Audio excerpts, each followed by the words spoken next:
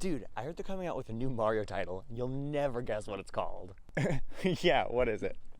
They're just calling it New Super Mario Bros. I mean, what? That's such a lazy name. I mean, come on, Nintendo. Wait, you mean the one for the DS? Yeah, and that's the other weird thing. I don't get why they're making it for the DS. Like, that's almost 20-year-old hardware. What are you talking about? Dude, that one came out 20 years ago. What do you mean? How have you not heard of that? What are you talking about? Do you live under a rock? Dude, I don't live under... Stop. I don't live under a rock. I told you. That wasn't me. That was not even me. That's not even my stuff. I told you, I don't... Hey everybody, it's Knife here, and today we're going to be talking about New Super Mario Bros. For the DS. Now, this game came out all the way back in 2006, which is almost 20 years ago. So, calling this game new is like when millennials refer to themselves as just a baby. It's just a baby! But you gotta call the game new because it's baked into the title.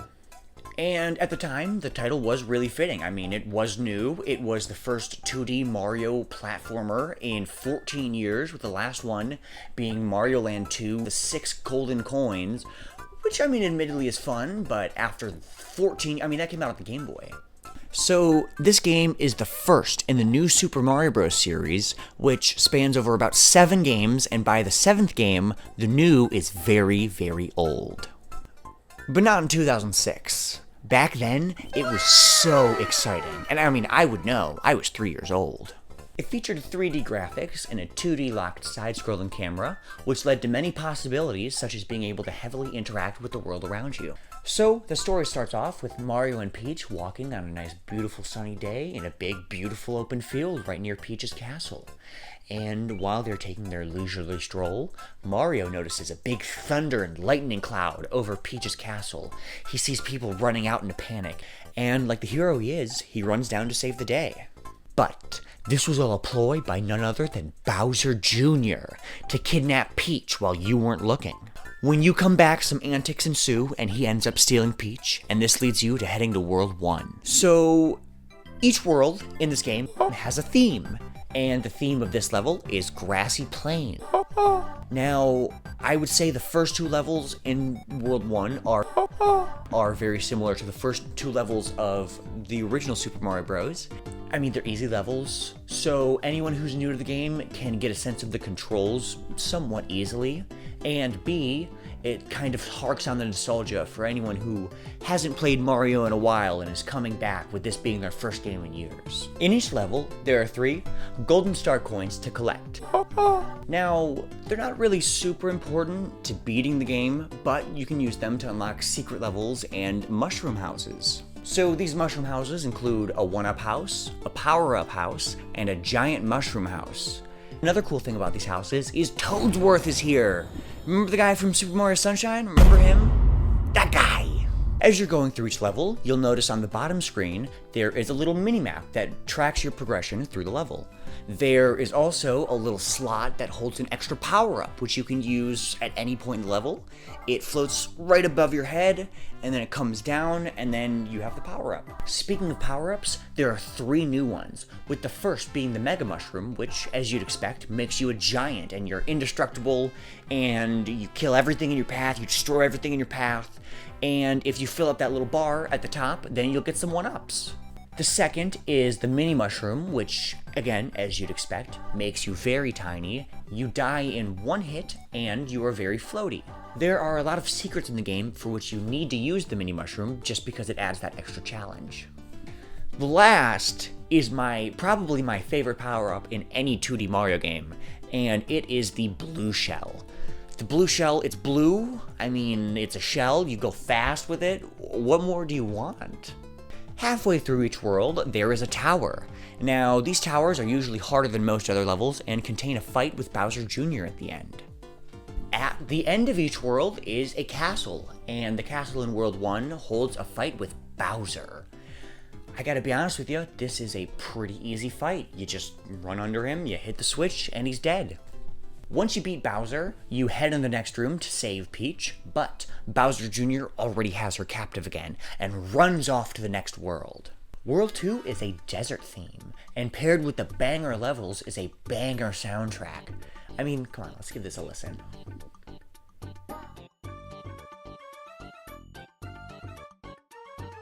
You also see some new enemies, with one of those being the block hopper, which disguises itself as blocks, and it hops around.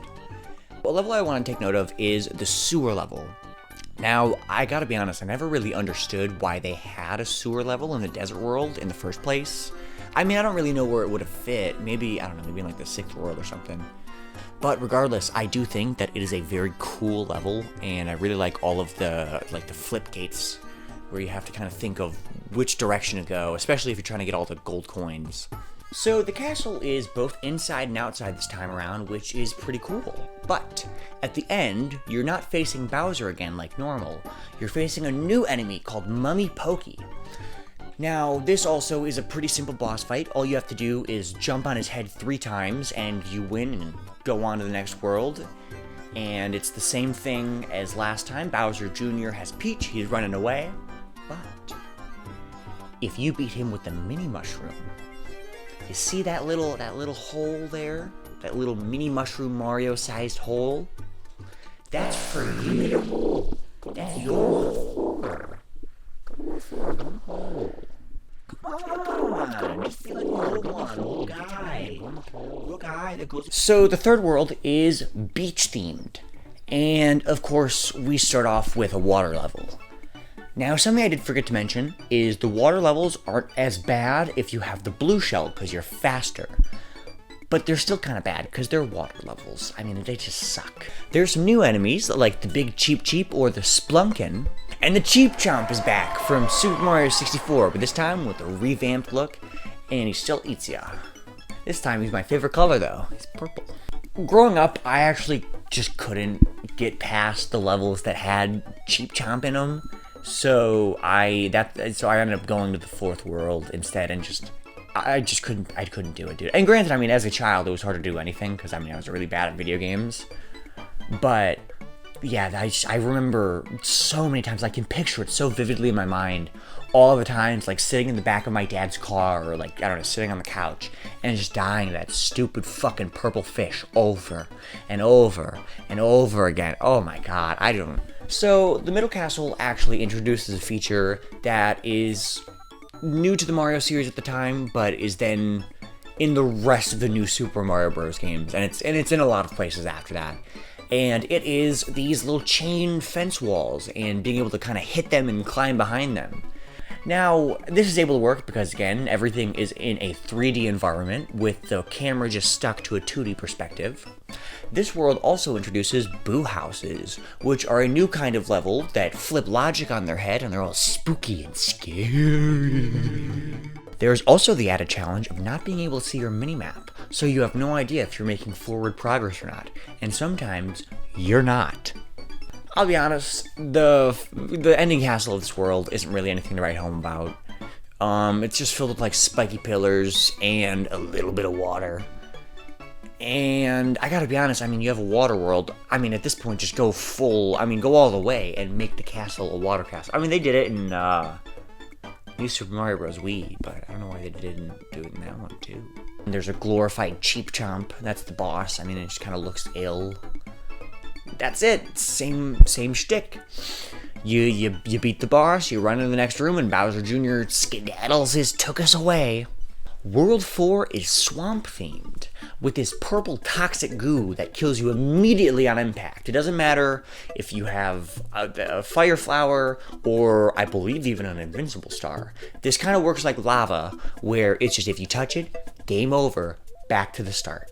And they brought Wiggler back! I love Wiggler! Alright guys, if you love Waluigi, type in the comments, hashtag Waluigi Wednesday. But if you love Wiggler, type hashtag Wiggler Wednesday. The Middle Castle actually changes up Bowser Jr.'s fight, which at this point in the game is kind of needed. So instead of just being able to run up to him and jump on his head 3 times, what you now have to do is wait for him to throw a shell, and then you throw it back, and then you can jump or ground pound on him. Another note is, if you ground pound on any boss, it does 2 hits as opposed to jumping, which does 1. Just thought I didn't have that in the script. I just I remembered it, and I thought you guys should know. The main castle, also, in this one, just isn't really anything to write home about. The main boss in this one is just a big Goomba, which I think is a little stupid and lazy, because just a few years back, Super Mario 64 DS had King Goomba. And another thing I want to say is, wow, these DS Mario games really have titles that roll off the tongue. World 5 is a snow world, and everything's slippery, and there's snow that falls on you, and there's snowballs. Yeah, I love it! I don't like it. I don't like it that much. I don't. I mean, I don't know, it's just ice physics in a platformer. Never really worked out for me, and especially this is the first new Super Mario Bros. Game. They don't have the little spin jump in the middle of the air, so you can't control your movement, and that's a huge thing in games. I saw it on a TikTok. This world, although I don't really like it, does introduce my favorite enemy in, I think, almost all of Mario, but I'll say definitely at least in the 2D games, and that is Snailicorn.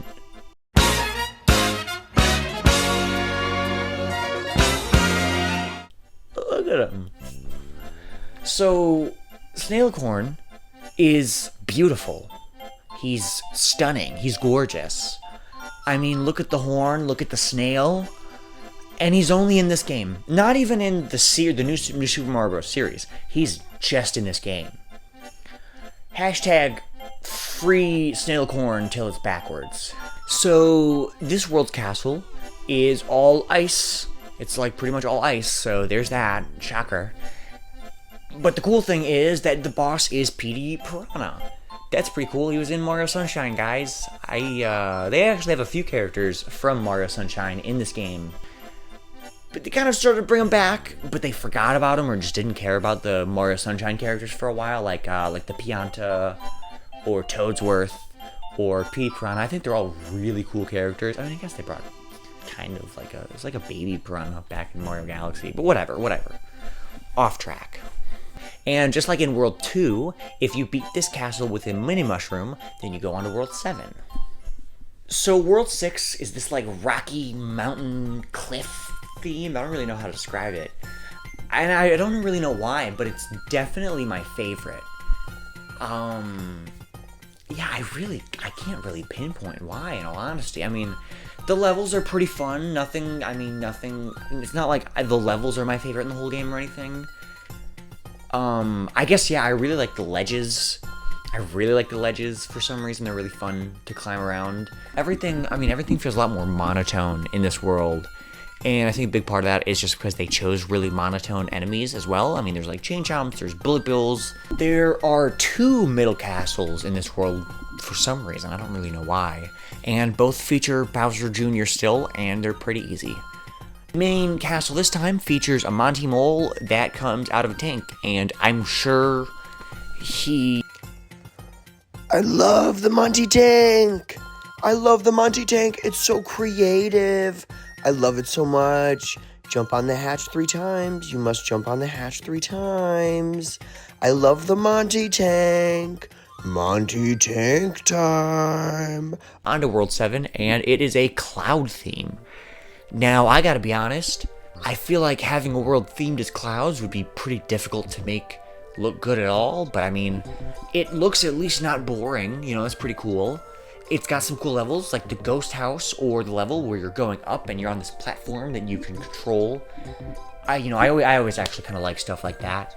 It really just gives a good switch up to the main side-scrolling of each level, but I don't like auto-scrollers, because, it's too slow. Now, to continue on this world, there's actually a few different secret exits you can find, some taking you to other levels, and some just taking you directly to the castle. Oh yeah, so the castle in this world kind of sucks, I'm gonna be honest. I feel I know I haven't talked too well about the ending castles in each world. They're not that bad, they really aren't. This one sucks, this one does suck. And it has you going on one of these snake platforms, which I've never been a fan of these. You never know where they're going, and they're too small to where you can't really wait on the back to see what's happening in the front without falling off. And sometimes it just goes up, and if you miss it, then you just can't really get it, and I don't like it. But once you actually get to the end of the castle, you face Lack of Thunder, which I think has a pretty cool design. And I gotta be honest, it's a really forgettable boss battle. When I was originally completing this game, I remember I did forget about Lack of Thunder, like, just multiple times, just as him being the boss of World 7. And I don't know why, I think it's a cool design, but I mean, even now, as I was replaying this game for the first time in years for this video, I mean, it's been a few years at least since I've fully played through the game, I had again completely forgotten about Lack of Thunder, and I mean, I didn't even know his name until I looked it up. But I mean, it's an alright boss. It's kind of cool, kind of. I mean, it's definitely, if the design wasn't as cool, then it would just I probably just wouldn't even care about it. After beating all 7 worlds, there's one more in your way. And this time it's spooky and scary, with almost this, like, hellish landscape going on with it. A complete contrast from World 6 or 7. Hey, you know what, I gotta be honest, before you know it, you're at the end of the world. You're in the castle, you're facing against Dry Bowser, and you beat him. I mean, could this really be the end of the game? I mean, is it going to be wrapped up this quick? Nope. So, Bowser Jr. somehow spawns a bridge out of the lava, and then there's a second half of World 8, which is fucking awesome, and it was insane as a kid. That was some crazy shit as a kid, finally beating, you know, Dry Bowser for the last time, and then having a whole second half of the world to do. I mean, because it does double the world. It doubles the amount of levels. And, I mean, and I gotta say, this, you know, the second half of levels are a lot better, in my opinion. They're a lot more memorable, and they all stick more to that, like, hellish volcano landscape, as opposed to it just being, like, spooky and, I don't know, like, almost like Halloween themed.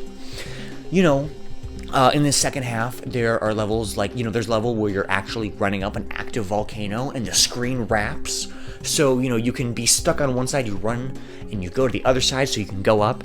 Really cool, and kind of stressful at times, especially at the start with those little spinny copters. Another level kind of worth mentioning is the one where you're running across trying to dodge, like, falling lava rocks, and as a kid I thought they were meteorites, and I didn't realize that the falling rocks were related to the volcano erupting in the background. And I gotta be honest, these levels, the second half of World 8 is leagues above the first half. And it's still pretty fun. It's still pretty cool. I like the little crow guys. But yeah, no, it's overall, it's pretty cool. After you beat Bowser Jr. in his little tower for the last time, the final castle unlocks. Now, I mean, this thing is really cool. I mean, I don't know. I remember being a kid, and I don't remember, like, every moment of it, but I remember this last half of the world was like an event for me. And I remember finally getting this castle, because again, I was a little baby and I wasn't good at games. So I remember finally getting to the castle, and it was just so foreboding. I mean, this was the actual final level, the final showdown between me, Bowser, whoever, to finally get Peach. And it fucked with me when everything started flipping around. Like, my little child baby brain could not understand it. I remember playing this level so many times that I was able to get down, like, at the start, all those fireballs. You're actually able to just start running and not stop until you get to the other end of the room.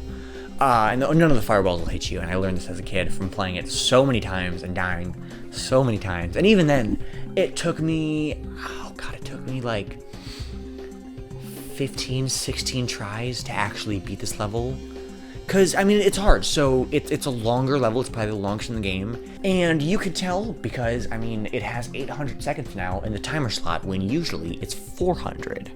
So the first half of the castle has to deal with these switches, like I've mentioned before, which upon hitting them, switches everything 180 degrees.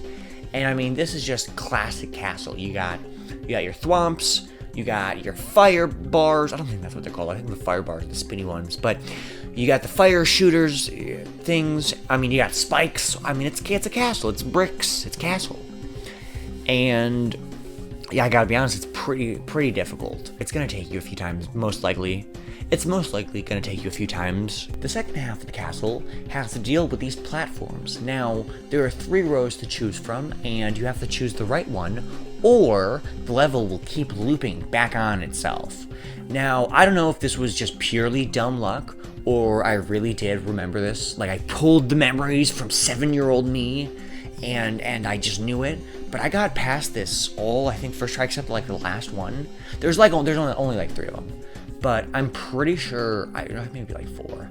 But I mean, I did it all like really quick. And I mean, if you do get it all done really quick, almost first try with everyone, I mean, that second half of the castle is nothing. So going into the final room, you see Bowser Jr., the bones of his dad, and Princess Peach hanging on this floating platform.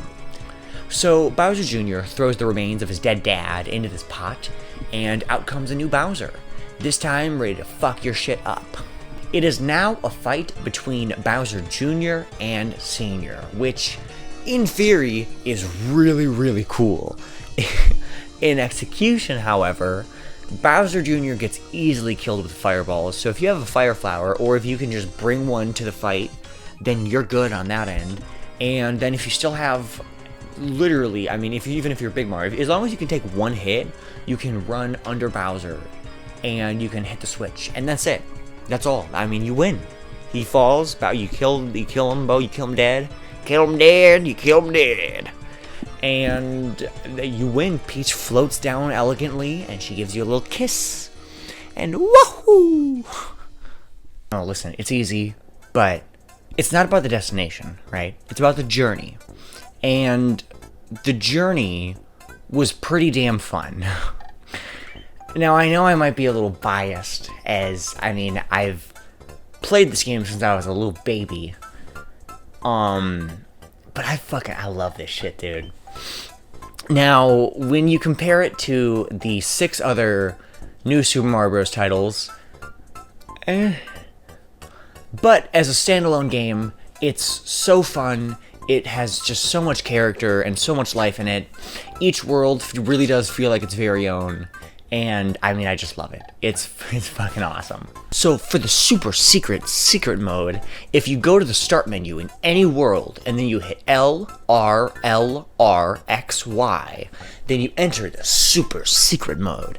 And in this super secret challenge mode, you pretty much just can't scroll left. Yeah, it's like the older Mario games, where you weren't able to scroll back, and I guess it adds a little bit of challenge. So I found out about it through a video of someone recording their DS with, I don't know, their smartphone or handheld camera, and it looked fake. Because, you know, I mean, as a kid, you see so many things about video games, you don't know what to believe. Some are real, some are fake, but I tried it, and it turned out to be real, and it was pretty cool.